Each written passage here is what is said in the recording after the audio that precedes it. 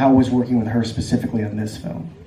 پس سوال اینه که آیا نحوه کار کردن شما با ایشون و یا سایر بازیگرا چه تغییراتی میکرد بر اساس پروژه ها، بر اساس هر پروژه مشخص و مشخصا در ارتباط با این؟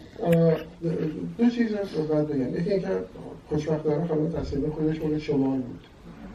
I need to point out two things. One is that fortunately Ms. Taslimi was from the north. گیلان specifically. و جایی که ما میگرفتیم در واقع گیلکی تالشی، ترکیب گیلکی و تالشی بود. The place where we were filming it was they were using a combination of Gilaki Talishi language. من یک منشی صحنه‌ای داشتم که اونم اتفاقا مال گیلان. I also had a set director who was who happened to be from Gilan as well. این دو نفر ترجمه می‌کردن اون فارسی من به گیلکی. These two people would translate my Farsi into the Gilaki. سوسن تصویری غیر از اینکه بازیگر خیلی خوبی بود، یک خاطره‌ای داشت از مادر بزرگش که بزرگش کرده بود. Susan Taslimi, other than being an extraordinary actor, she also had a memory about her grandmother who had raised her. و در واقع سرمشقش یک جوری میتونست اون بوده باشه. And she may have actually based it on her.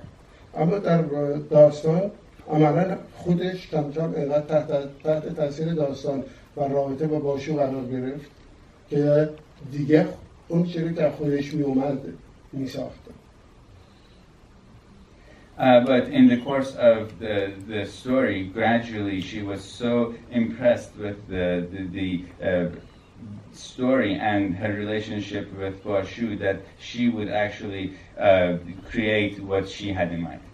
صحنه که اون بعد از اینکه با تور از رودخونه میگیردش قرارم گریه کنه ولی اون ساعت گریه. In the scene where she rescues Bashoo using a net from the creek, she wasn't supposed to cry, but she burst into tears. اون احتمالاً فقط برای بازیگر باشو و برای نقش باشو گریه‌اش نمیگیره. اصولاً ذهنش که با مهاجرت داشت چیز میکرد پر شده بود و در فکر رفتن بود اصلا از ایران با آزارهایی که میدید و از طرفی برای همه کسانی که در این شرایط و همه ما تقریبا هم وضع داشتیم همچنان که هنوز وقتی میبینیم داریم.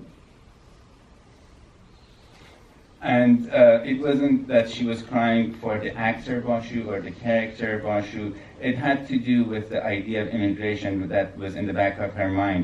She was thinking of leaving the country because of all the suppression and oppression that she was going through. And this wasn't just her. We were all going through this condition. John, that down? No. Oh, was that enough? Yeah, well, that's all you have. Sure. I mean, I suppose I was curious in the different ways you would work with an actor in a film like The Death of Yazgird, which was based on one of your own plays, and has a very sort of, I mean, it's incredibly cinematic, but it has a very theatrical space. It's all shot in one space. How do you do you have a different technique for working with an actor in that context as opposed to, say, Bashoo, where you're out on location, you're working with non-professional actors, some of the shots are being improvised. How do you separate those two techniques? من برام جای کنجکاوی وجود داره که وقتی شما کار میکنید با بازیگرانی در فیلمی مثل مرگ یزدگرد که بر اساس یک نمایشنامه است، این تقابل بین کار کردن در کار سینمایی و تئاتر چطوری در ارتباط با اینکه با بازیگر شما چطوری برخورد میکنید؟ در این فیلم در یک لوکیشنی هستیم و میبینیم که حالت به راه پردازی زیادی ممکنه داشته باشه. میتونید در مورد این صحبت بکنید؟ تفاوت بین کار کردن با بازیگر در تئاتر و سینما؟ طبیعیه.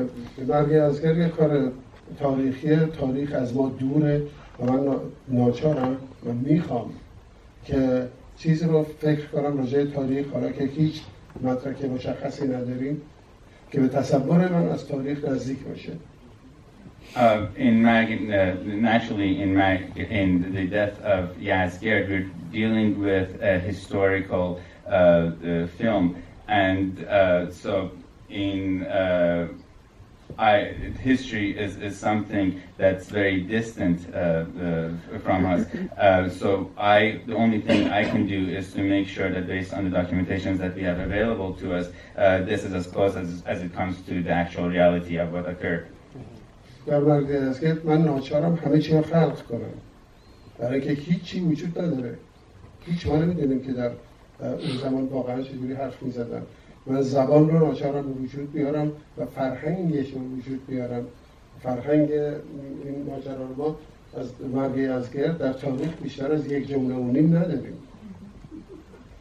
In the death of Yazgird, I actually had to create the whole thing from scratch because it doesn't exist when it comes to the way they were communicating through dialogue, when it comes to language, when it comes to culture. We really don't have anything to go by other than a sentence and a half that history has left us. در حالی که وقتی ما در زمان حاضرین میتونیم ببینیم، داریم میبینیم و دیدن خود شما تحمیل میکنه، یعنی مردم هستند، توجه میکنید. بنابراین ما مدل های متفاوتی داریم، بی نهایت نمونه داریم برای آموختن بازیمون و راهمون. فقط باید انتخاب کنیم. When it comes to the present time, we just have to see, and we do see, that is something that imposes itself on us. And there are living people, so we have various models. We actually have an infinite number of models which we could use to learn and choose our path and decide on our choices. توی صحنه بازار یه تیکه خودم همیشه یه معنای خاصی داره، نمیدونم برای دیگران داره یا نه. When it comes to the bazaar scene, there is this one thing that has a special meaning to me. I don't know if that necessarily means that it would have that same meaning for everyone else. یه صحنه هستش که یه دیگران نمیذارن، اون مهم نیست. مهم اینه که تعدادی تصویر زنهای در کار دیده میشه که هر کدومشون میتونن قبلتر، الان، فردا، چند وقت بعد یا چند وقت بعدتر نایی باشن، یا اینکه نایی جوانی بعضی از اوناست و یعنی مثل آینه. We do see someone playing a flute in that scene. Now, the flute itself is not important. What we do see is a group of women working. Now, this could be something about the past. It could be something about the present. It could be present time. It could be something about tomorrow. It could be something about the future. They could represent Nai what she would become, or her youth. They act as a mirror to the Nai. هم نایی میتونه گذشته بعضی از اونا باشه و هم اونا میتونن آینده نایی باشه. Nai could be the past times of some of those people, and they could also be the future of Nai. اون صحنه در ستایش زنانی که کار میکنن. This scene praises women who work. و این یکی از چیزهایی بود که گیج کرده بود در واقع اون کسانی که فیلم متوقف کردن، موقتا متوقف کردن، که اینا هیچ نمیشن زنهایی که همون زمان تلویزیون به عنوان زن نمونه نشون میداد از دوران انقلابی ما، اینا هیچ کدوم شبیه اونا نبودن. And so this is actually what confused and threw off a group of people and led to the movie being temporarily confiscated. These women that you would see were different from the kind of women portrayed in television at the time as exemplary women in the aftermath of the revolution. These women did not look similar to those. ما اونجا لباس ترکتی نکرده بودیم، ولی اونا لباس رنگین داشتن، حجاب سیاه نداشتن و اصلا اشخاص دیگری بودن. تا 2 سال بعد به اونام این تحمیل شد. We didn't make anyone wear any kind of clothes. It was their clothes. They were wearing colorful clothes. No one was wearing a dark hijab. They were different kinds of people. But within 2 years' time, this was also imposed on them as well. Let's turn it over to the audience. We're going to have microphones. When I call on you, wait for the microphone. And let's go right here first. Wait for the microphone to come over to you. Right here? Yeah, right here. خیلی متشکرم و مفتخرم واقعا که در حضور شما هستم آقای بهرام بیضأیی. من سوالی که داشتم در مورد I first want to thank you, Mr. Beyzai, and I'm very honored to be here. So my first question. در وقتی که اون نایی مریض شد، این باشو که طبل میزد و خودش اون سرمونی، اون حالت جنگیری مال جنوب رو داشت مثل اینکه دمونستریت میکرد برای ما، در حقیقت نایی هم همون حس رو گرفت و این نقش رو انجام داد، یعنی اون همون هیلش کرد، همون خوبش کرد.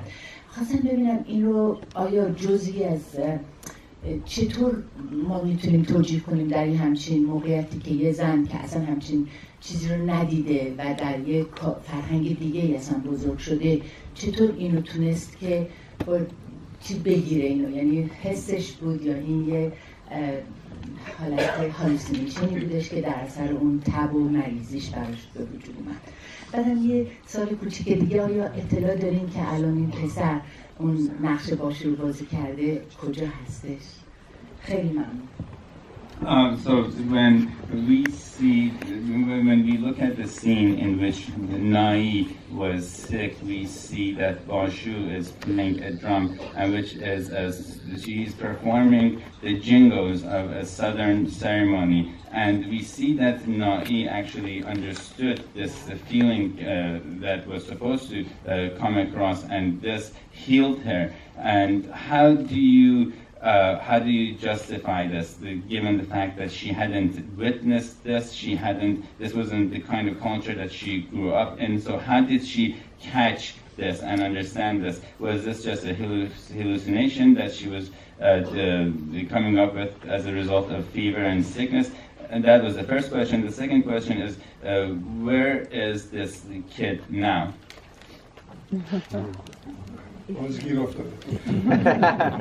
I'm stuck again. خب تمام نکته اینه که من هرگز در اولا بگم این صحنه که از موارد اختلاف من و خانم تسلیمی بود در مورد بازی، اونم هیچ بود که چرا اینطوریه، درست نمیگرفت چه کار باید بکنه. I first have to tell you that this was a scene in which there was some dispute between me and Ms. Taslimi, and she wouldn't quite figure out what it was that I wanted her character to do. بعد برای این صحنه کل نقش نگاه کنیم، در این صورت بندی میده. من نخواستم که فیلم واقعی گرا بسازم، بلکه خواستم اگر در مرگ ازگرد اساطیر کهن، تاریخ و اسطوره کهن، این تاریخ و اسطوره الانه، نه اون زن ساخته مرگ ازگرد اساطیر کهنه. اگر برای اون باید یه چیزی خلق میکردیم، برای بیان اون خلق میکردیم، برای تاریخی که گم شده و برای اساطیری که نمیدونیم چه جوری اجرا میشدن در نمایش‌های آیینی اون زمان، اگر باید چیزی خلق میکردیم، حالا هم همین کار رو در واقع کردیم. الان میگم چرا و چه جوری. So you have to look at the entirety of this role, and then it would actually make sense. I was not necessarily going for a realistic film. So whereas in the movie Death of Yazgird we are dealing with ancient mythology and things that happened a very long time ago, I had to actually create things with that film, with regard to that film. We are dealing in that case with something that has been lost in history, and we don't know how they communicated. With this, it's actually something different, and I will explain it to you now. بیماری نایی جان دو بخشه. بخش اولش خاطره من از بیماری مادرم وقتی که من 1 ساله یا 2 ساله بودم. مادرم بعدها تعریف کرد که وقتی داشت احساس میکرد داره میمیره و اینقدر ضعیف بود، من و خواهرم مثل 2 تا کبوتر بدید که روی سقف میریم. The sickness of Nai has 2 aspects. One is my own memory of the sickness of my mother. When I was 1 or 2, when I was only 1 or 2, when she later recounted that when she felt like she was passing away, she saw 2 pigeons on the roof of the house. I'm sorry. So she would see me and my sister as 2 pigeons on the roof of the house. Now this is not realistic, but it actually is. دیگه دومش تجزیه داره. این واقعیه. در جنوب هست، نه فقط در جنوب هست، ریشش در آفریقاست. Now the second aspect is the solo playing. Now this is not something that's confined to the south. Its roots go back to Africa. ما خیلی چیزا رو تحقیق شده در ایران نداریم. از جمله معالجه‌های مردم ایران خودشون رو در نقاط دور افتاده وقتی پزشکی تا این حد نبود، البته الان هم نیست، ولی در شهرستان در جاهای دور افتاده، ولی معالجه‌هایی که مردم خودشون می‌کردن. قسمت اولشون فهمیدن که ما چیزای تحقیق شده نداریم. ما پژوهش نداریم. So we don't have a lot of things that are necessarily research based when it comes to treatments, especially if you were to go to faraway places and cities that are far away. We do see a lot of local treatments. من صحنه تک زدن رو فکر کردم در صحنه است که او کم کم داره او رو مادر خودش میبینه و در ذهنش اون مادر داره اون چیزا اون مراسم رو اجرا میکنه. چون اگه یادتون باشه تنها جایی که میدونه میگه مادر مریض است، دیگه او شده مادر. In the scene of the solo playing, it's in that scene that he actually sees her as his own mother. In his mind now, she is the mother, and it's him imagining her as his mother, and it's that scene that you see him running away saying the mother is sick. اما معالجه و موسیقی یکی از چیزهایی است که توی نواحی ایران هست. متاسفانه میگم خیلی کم تحقیق شده. یه چیزهایی هست من خوندم ولی خیلی کمه. معالجه و موسیقی و در واقع با ریتم مهمه. البته توی افریقا و تو همه کشورهای آسیای جنوب شرقی پیدا میشه. So there is this thing that you see in various parts of Iran that is treatment through the music, but this is something that has not been researched well. But we do have this phenomenon of treatment through music and through rhythm. Now its roots go back to Africa. And we also see it in Southeast Asia as well as in Native Americans. Yes. از اولی که نایی رو می‌بینیم رابطه‌اش با طبیعت دیده میشه در تمام مدت. با پرنده آسمان، با اسبی که از کنارش رد میشه، با سگ، با همه چی، با هوا، با باد که براش خبر میاره و با همه چی. رابطه‌اش با همه چی دیده میشه. این در حقیقت یک زن واقعیه که از بچگی در طبیعت بزرگ شده و عملاً یک جوری عواطفش عواطف کلامی نیست، عواطفی است که مال طبیعته. Since the very beginning, when we see Nai, it's someone who has grown up with nature. We see her throughout the movie with nature, be it the bird or a horse or the dog, in everything. Even the climate and weather, or even the wind. The wind is what brings her news. With regard to everything, she is actually a real woman who has grown up with nature. And her emotions are not verbal emotions, they are nature-based emotions. اون مثل طبیعت بقیه رو غذا میده و مثل یک مادر زمین خانواده رو حفظ میکنه. Like the nature, she feeds everyone, and like Mother Nature, she maintains the household. و اصلا بسه دیگه نه؟ That's your Gradually, I'm forgetting what I was about to say. Well, I'll go back to the audience questions, but let's go right here. Okay.